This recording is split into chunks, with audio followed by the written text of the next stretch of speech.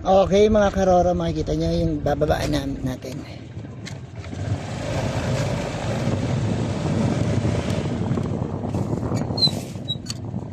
So dahan-dahan kasi ano to eh, delicates. Ayan.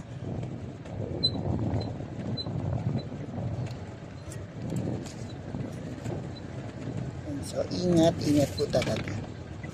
Pag nag-ingat talaga, doble. Kasi bangil. So kapag nalaglag ka, bangil ang, hindi naman bangil totally. Kumbaga parang, ayan, yung babagsakan mo nga lang. Kaya ano, ingat talaga.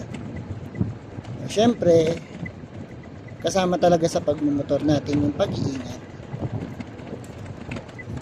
So puro pababa to. Ayan. Yung mga kasama ko na una na eh. Kasi ayoko sumunod kasi baka pagka nasa harapan ko sila puro preno, medyo na ano ako, naiilang ako. Pupunta kasi kami sa highest point ng Sagada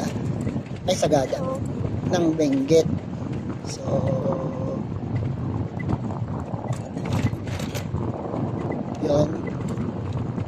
yun na nga.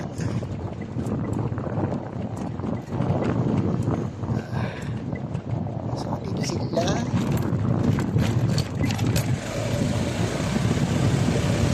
Yun na yun. Sila dito. Dito medyo pwede na tayong humabol kasi nga ano na rito, wala nang ganon.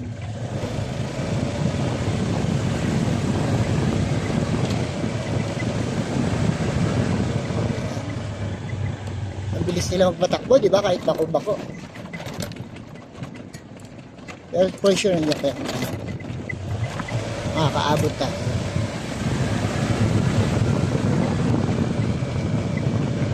Hindi natin alam kung na-wrong turn tayo, pero ang kuhit yung ginaganan. Ayan sila. Yeah.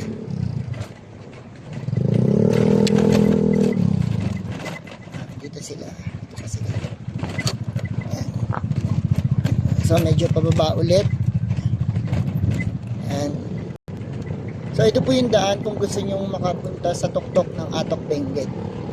So dito kasi hindi kami dito nag-stay sa taas, pwede mag-camping doon, kaya lang ano, sobrang lamig at saka wala silang tent na pinaparent. So nag-decide na lang kami na maghanap dito ng transient. So nakakita naman kami ng transient. Yung transient ay worth 500 isang tao.